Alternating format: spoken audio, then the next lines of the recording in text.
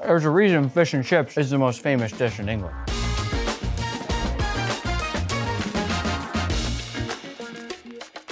We'll start by making our chips. Traditionally, the chips in England are made with no skins, so I'm gonna keep that tradition going and do the same. Lately, when peeling potatoes, I like to play a little game with myself where I see if I can get the entire skin off with one peel. But if you're hungry, I don't recommend that method because it takes quite a bit of focus and it won't change the flavor of the chips. I'm gonna cut them into what are called batons. The more even they are in size and thickness, the more consistently they'll cook. And I am cutting them quickly so they don't start to brown and oxidize. We want nice, beautiful golden fries, not brown fries. We're gonna rinse these now until the water runs clear, the same way we'd rinse rice before cooking, to remove any excess surface starch. And once the water runs clear, we'll let this soak for at least 30 minutes. While they soak, we'll make the batter for our fish, using all-purpose flour, potato starch, baking powder, salt, white pepper, mustard powder, and just a little pinch of smoked paprika. Hold on, my grandma's calling me. You have 3 TV remotes, but you only need 1. But you have 3 TV remotes. You have 3 remotes.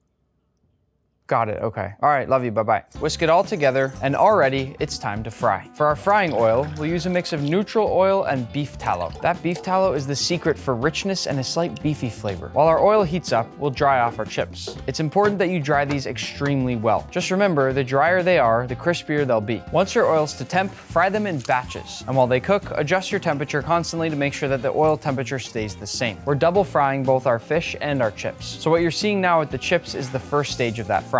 At a lower temperature to cook them more consistently through, before we'll later fry them at a higher temperature to get them nice and golden brown. Once the first stage of cooking is complete, we'll set the fries onto a wire rack and paper towel lined baking sheet, where I'll then space them out so they're not steaming each other. And now, depending on how many fries you decide to make, go ahead and toss in that second batch. The nice thing is, once we do that second phase of frying, we can do them all together at once. The first fry of our chips is done, which means we now have to heat our oil to do our first fry on the fish. To our dry mixture, we'll add some cold beer as well as cold sparkling water. The bubbles in each of these are going to expand in the hot oil when we fry it and give us that light, airy texture on the crust of the fish. Once fully mixed, we'll let this rest for 5 minutes while we prep our fish. We'll be using cod, which is the most common choice by shops across England. When it comes to how we trim, there's really no right or wrong answer, but I'm going to use the natural lines of the fish to help guide what I do. Personally, I actually prefer when the fish isn't all the same size. I like some square, some longer, makes it a little bit more fun. We'll season generously on all sides with sea salt, white pepper, and potato starch, not only to give some flavor, but also something for that wet batter to stick to. And once our batter's had time to rest, toss in your fish, and into the oil we go. I like to ease each piece of fish into the oil, sort of like when you climb into a hot tub and you have to go slowly so you don't burn yourself. Let's see if you can see some of these crispy, craggly bits from far away. Look at those. These are good.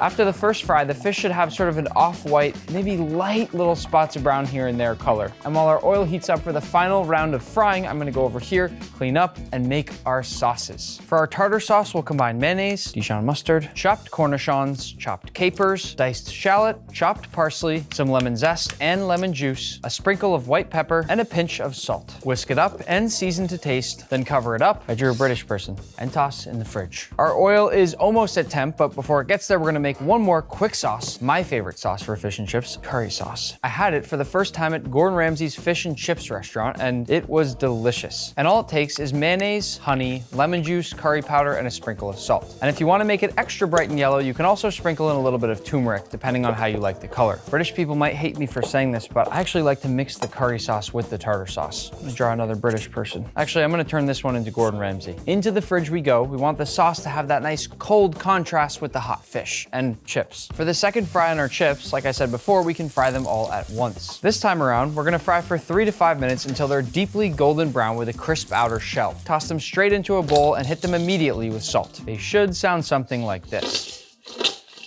For our fish, we'll follow the same steps we just did for our chips. We just want to fry for a few more minutes to get that deep golden brown color and a shatteringly crispy shell. The second they're done, I'll hit them with a sprinkle of salt just so it sticks to the little spots of oil. And now we can plate. First with our chips, and then with our fish. And once we've got our mushy peas, I'm going to assemble a bite with a little bit of everything, including lemon juice, a little malt vinegar, some tartar sauce and curry sauce, and of course, a chip. Listen to this. Best fish and chips I've ever had. Ooh. Maybe I'll bring some to my grandma.